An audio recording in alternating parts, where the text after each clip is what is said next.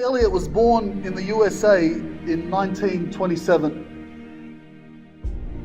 He was well educated and could have lived a very successful life according to the standards of this world. After he finished his studies, he decided to go into the jungles of Ecuador to share the good news with tribes that had never heard about Jesus. Long story short, in 1956, at age 28, he, together with his 4 missionary friends, were killed by the very people they desired to help. They finally arrived to the jungle to share the good news. They came to tell them about the Prince of Peace, but they got ambushed, and all 5 of them were killed by this tribe. Now the world would consider him to be a foolish man for giving up what they would have considered a very successful life in the USA.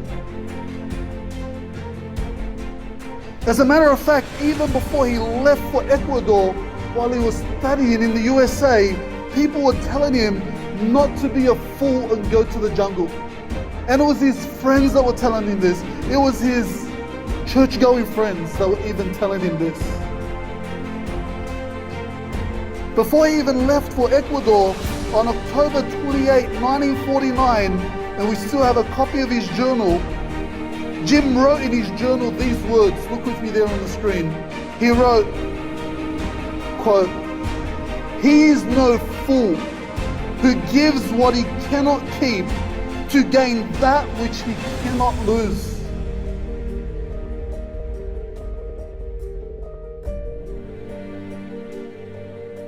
He wrote this in his journal as he was meditating upon these scriptures. Look with me in Matthew 16:24.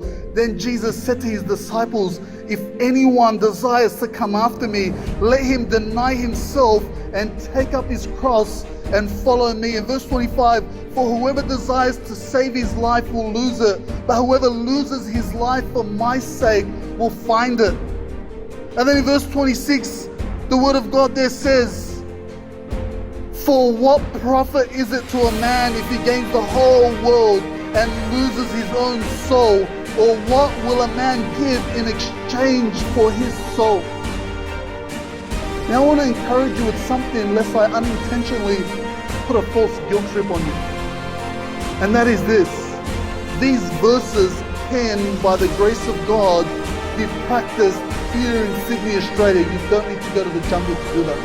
These verses can be practiced according to the vocation and calling that God has given you. You could practice these verses as a successful businessman or a successful plumber or a preacher or someone that sings in the choir, or whatever your vocation, gifts and calling are. These verses can be practiced because they are a matter of the heart. It's a matter of being in love with God and surrendering your heart to God, and hence surrendering your life to God. And therefore, whatsoever you do, you God.